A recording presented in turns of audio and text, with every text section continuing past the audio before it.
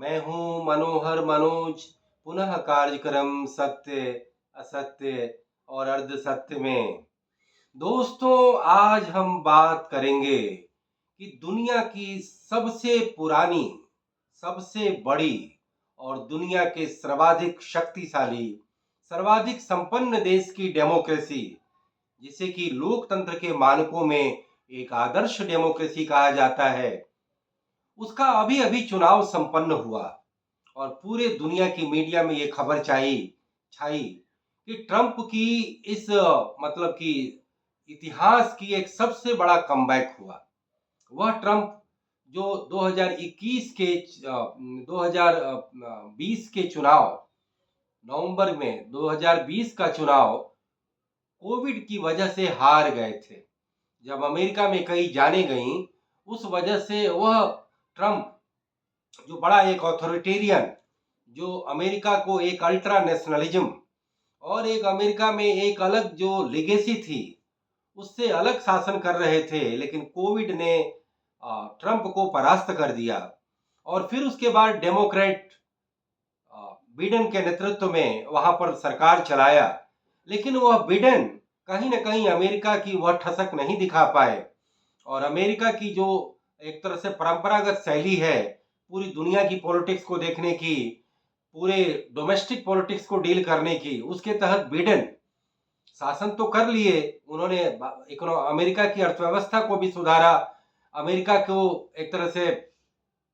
Israel और फिलिस्तीन के झगड़ों में भी इजराइल का खुल करके साथ दिया, जो अमेरिका की एक रवायत रही है। लेकिन जब वह बिडेन शासन में आए और जिस तरीके से उन्होंने अफगानिस्तान से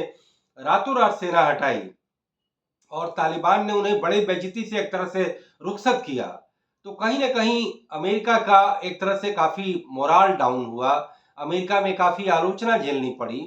लेकिन वह डोनाल्ड ट्रंप जो कहीं ना कहीं हारने के बाद कैपिटल हिल में सत्ता छोड़ने के विवाद में उलझे रहे, वह ट्रंप जो अपने व्यक्तिगत जीवन में कई सारे स्कैंडल में फंसे, वह ट्रंप जो अपने व्यावसायिक जीवन में अपने टैक्स की भरपाई को लेकर के कई सारे आरोपों का शिकार हुए, वह ट्रंप जिन्हें उम्मीद नहीं थी कि इतने सारे केसेस चलने के बाद उनकी पार्टी दोबारा उनमें विश्वास हासिल कर फिर से उन्हें चुनाव का टिकट देगी, लेकिन वह डोनाल्ड ट्रंप किस तरीके से अमेरिका में एक नया नैरेटिव देकर,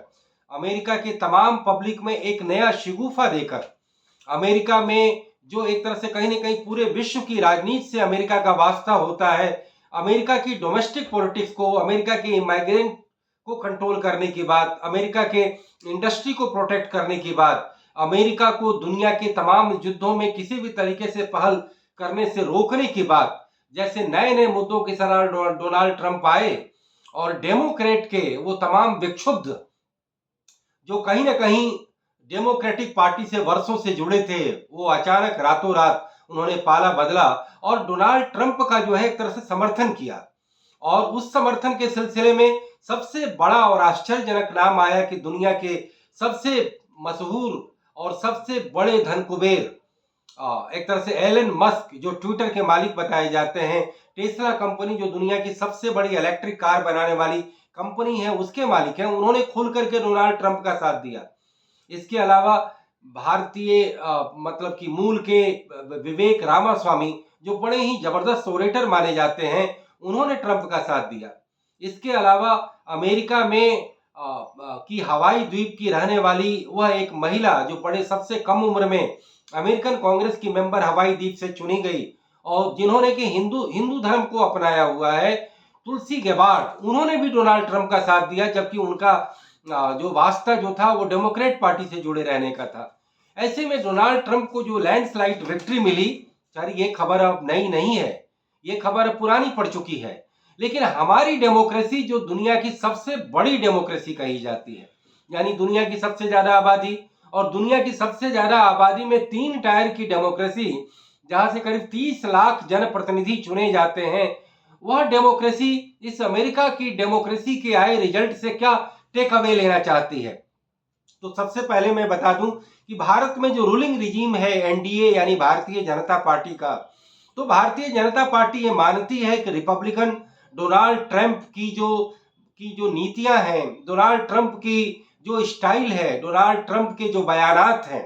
खास करके मुस्लिम फंडामेंटलिज्म को लेकर, खास करके चाइना के बढ़ते दबदबे को लेकर, खास करके भारत के प्रधानमंत्री नरेंद्र मोदी से उनकी व्यक्तिगत मित्रता को लेकर, खास करके भारत के तमाम सरोकारों को नैतिक रूप से, सैद्धांतिक रूप से समर्थन देने को लेकर,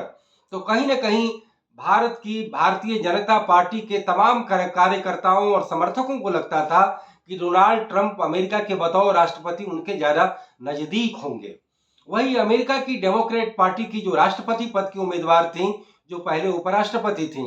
कमला हैरिस, जिनके नाम में कमला लगा है, कहीं न कहीं वो हिंदू माँ और कैरेबियन फादर की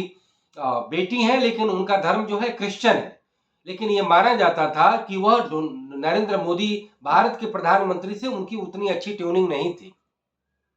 और डेमोक्रेटिक पार्टी जिसे कहा जाता है कि वह कहीं न कहीं विश्व के जनमत को ध्यान में रख करके और न्याय, स्वतंत्रता और तमाम चीजों, मानवाधिकारों को लेकर के चलने वाली पार्टी है, जो पिछले 3 दशक में अमेरिका में सबसे ज्यादा शासन किया। यानी कि 2 टर्म बिल क्लिंटन रहे, 2 टर्म बराक ओबामा रहे और 1 टर्म अभी जो बिडेन रहे। तो ऐसे में कमला हैरिस को लेकर के ये आया कि वह माइग्रेंट जो अमेरिका में लाखों की संख्या में हर साल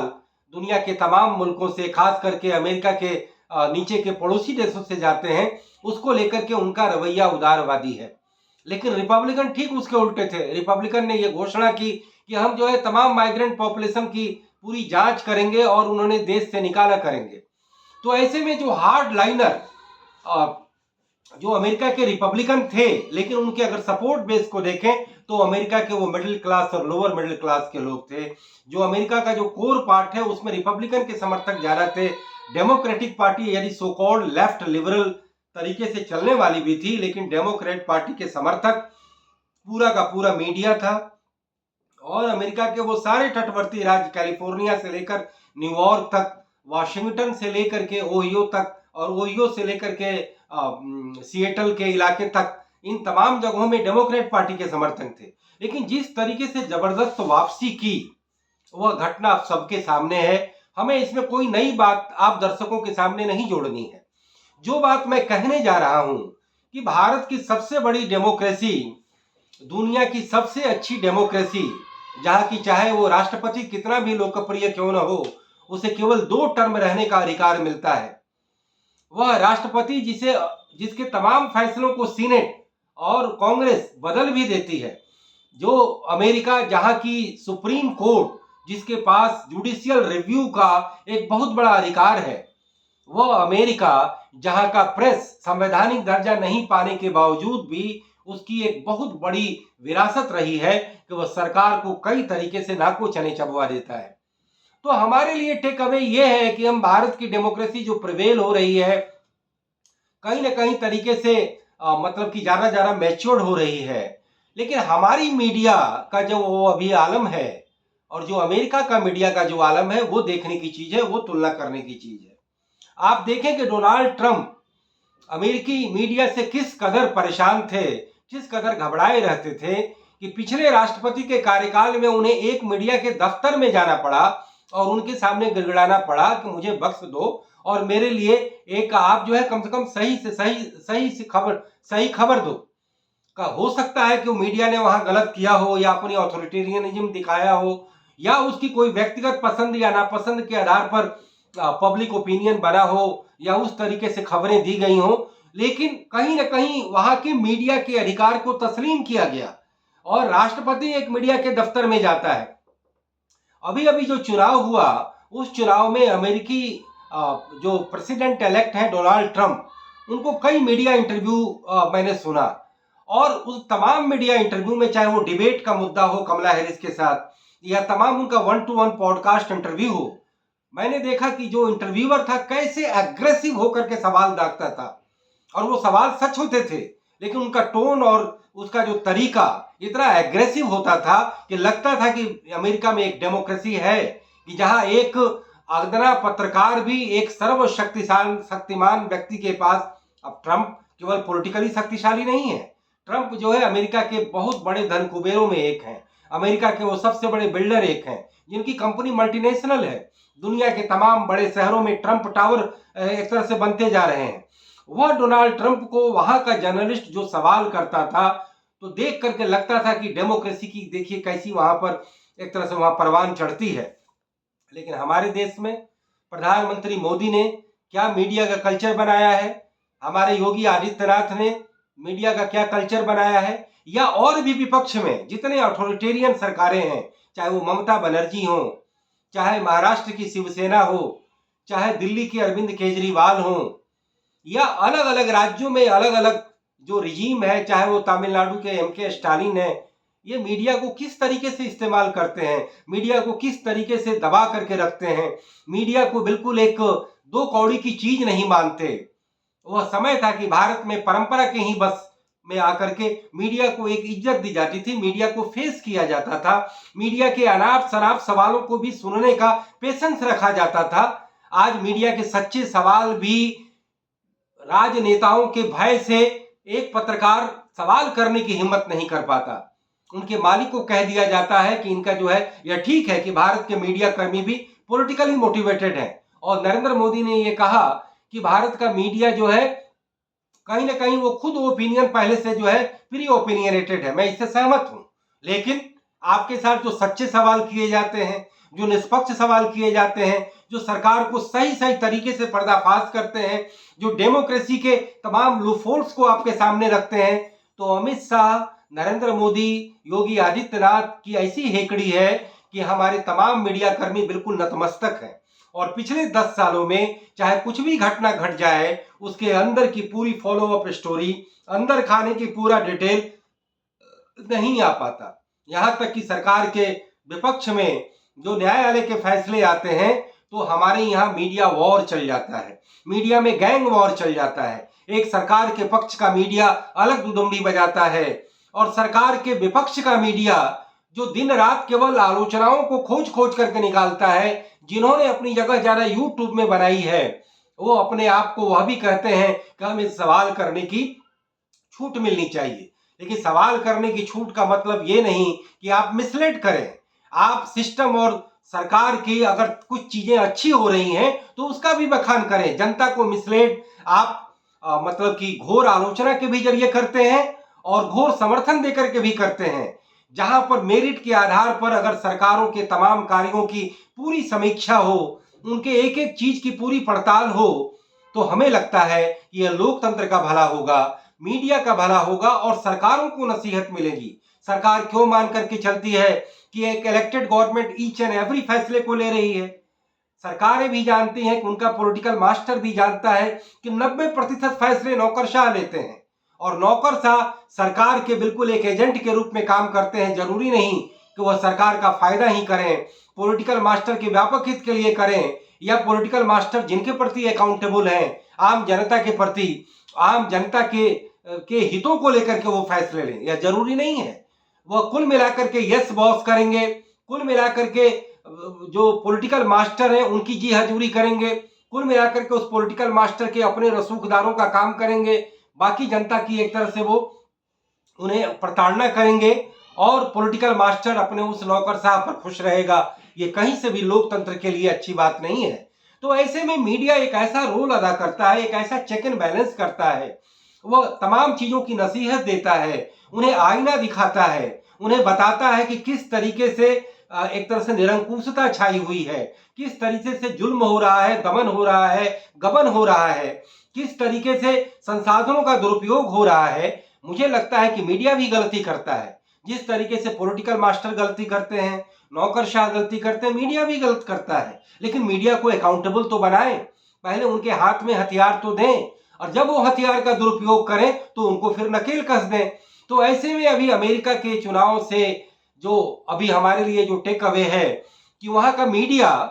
जो है पॉपुलर जनमत के बावजूद अपने कसौटी पर, चाहे वो न्याय हो, स्वतंत्रता हो, समानता हो, भ्रातृत्व हो, विश्व बिरादरीवाद हो, या कोई भी कसौटी पर अगर मीडिया अपनी लाइन लेकर के चलता है, और यदि लोकप्रिय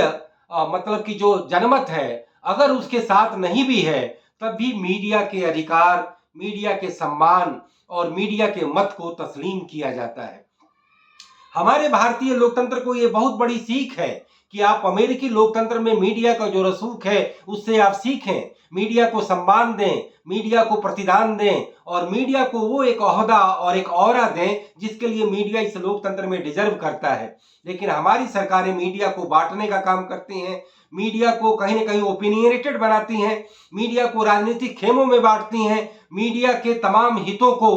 उनके मालिकों के अपने हितों और हितों से जोड़ करके उनका एक तरह से इस्तेमाल करती हैं। सरकार की एजेंसियों से मिलने वाले विज्ञापनों का कहीं ना कहीं पक्षपात के आधार पर जो है उनको दिलवाया जाता है, जबकि विज्ञापन की नीति बिल्कुल निष्पक्षता की कसौटी पर आधारित होनी चाहिए। सरकार की जो लाइसेंसिंग है, मैं ये मानता हूं कि कहीं ना कहीं मीडिया का दुरुपयोग होता है। वो तमाम लोग जो कहीं ना कहीं मीडिया के कोर हिस्से से नहीं जुड़े हैं, वो मीडिया का टाइटल लेकर, मीडिया का लाइसेंस लेकर, मीडिया का चैनल लेकर या मीडिया का अलग अलग तकनीकी मीडिया का जो है ले करके वो एक तरह से बिल्कुल एक न्यूसेंस क्रिएट करते हैं। मुझे लगता है कि अमेरिकी डेमोक्रेसी में जो मीडिया की महत्ता है, भारतीय डेमोक्रेसी को भी उसको स्वीकार करना चाहिए। और कुल मिलाकर के अंतिम फैसला तो जनता ही करेगी, लेकिन उसकी एक कसौटी बनी है, उसके लिए एक संविधान बना है, उसके लिए एक परंपरा बनी है और लोकतंत्र की रवायत बनी है। और उसी परंपरा के आधार पर भारत में मीडिया के लिए जो भी कुछ चीजें थी वो सब तार तार की जा रही हैं। आज मीडिया को सरकार का एक तरह से झुनझुना बजाने में कोई शर्म नहीं आता। उन्हें लगता है, अब पहली बार मैं सुन रहा हूं कि मीडिया कर्मी राष्ट्रवाद शब्द का उपयोग कर रहे हैं। आप पॉलिटिकल आइडियोलॉजी और पॉलिटिकल प्लेयर नहीं है कि आप राष्ट्रवाद की बात करें, सामाजिक न्याय की बात करें, धर्मनिरपेक्षता की बात करें। मीडिया का अपना जो वाद है वो केवल है न्याय, केवल है सच्चाई, केवल है निष्पक्षता, केवल है वस्तुनिष्ठता, केवल है मानवीयता, केवल है संवेदनशीलता और कुल मिलाकर के मानव के व्यापक सरोकारों के समर्थन में शक्तिशाली के खिलाफ कमजोरों के लिए कवच प्रदान करना। और वही मीडिया को सीखने की जरूरत है। आपको अगर ये लगता है कि हमें कोई विज्ञापन नहीं मिलेगा, हमें कोई लाइसेंस नहीं मिलेगा, तो आप उसके लिए लड़ाई लड़िए कि मीडिया को एक अलग ओहदा मिले, संविधान में उसका हक मिले, सिस्टम में उसका हक मिले। मीडिया भी अगर इलेक्टेड रिप्रेजेंटेटिव इस सरकार और सिस्टम से तमाम फायदे या तमाम सुविधाएं लेते हैं, तो मीडिया जो फुल एक्टिव मीडिया है, जो थ्रू आउट अपने करियर में मीडिया के कर्म में एक तरह से सम्मिलित है या समर्पित है, वह हक मीडिया के लोगों को भी मिलना चाहिए। और मीडिया कर्मी इस बात की आवाज को उठाएं। अगर वो दूसरे की आवाज बन सकते हैं तो अपनी आवाज उठाने के लिए अपनी आवाज भी उन्हें खुद बनना होगा। मुझे लगता है कि अमेरिकन डेमोक्रेसी से भारत के तमाम रिजीम को, पॉलिटिकल पार्टीज को ये सीखना चाहिए कि मीडिया जो है एक सम्मान की चीज है। मीडिया को आप तर्कों से समझाइए, बताइए और अपने को सिद्ध करिए कि आप और पार्टी के नेताओं से ज्यादा ईमानदार हैं, ज्यादा दक्ष हैं, ज्यादा संवेदनशील हैं, ज्यादा प्रो पब्लिक हैं, ज्यादा से ज्यादा मनी के लीकेजेस को दूर करते हैं, ज्यादा से ज्यादा इंसाफ के आधार पर फैसले करते हैं और कुल मिलाकर के आप किसी के साथ कोई भेदभाव नहीं करते हैं। तो दोस्तों, अभी अमेरिका के इस चुनाव से, अमेरिकी लोकतंत्र से भारतीय लोकतंत्र को जो सबसे ज्यादा सीखने की जरूरत है वह कि मीडिया की महत्ता को बनाए रखा जाए। तो दोस्तों, इसी नोट के साथ मैं अपनी बात समाप्त करता हूं। फिर किसी मुद्दे पर, फिर किसी सवाल पर पुनः बात होगी। इजाजत दीजिए। नमस्कार, जय हिंद, गुड बाय, शब बखैर।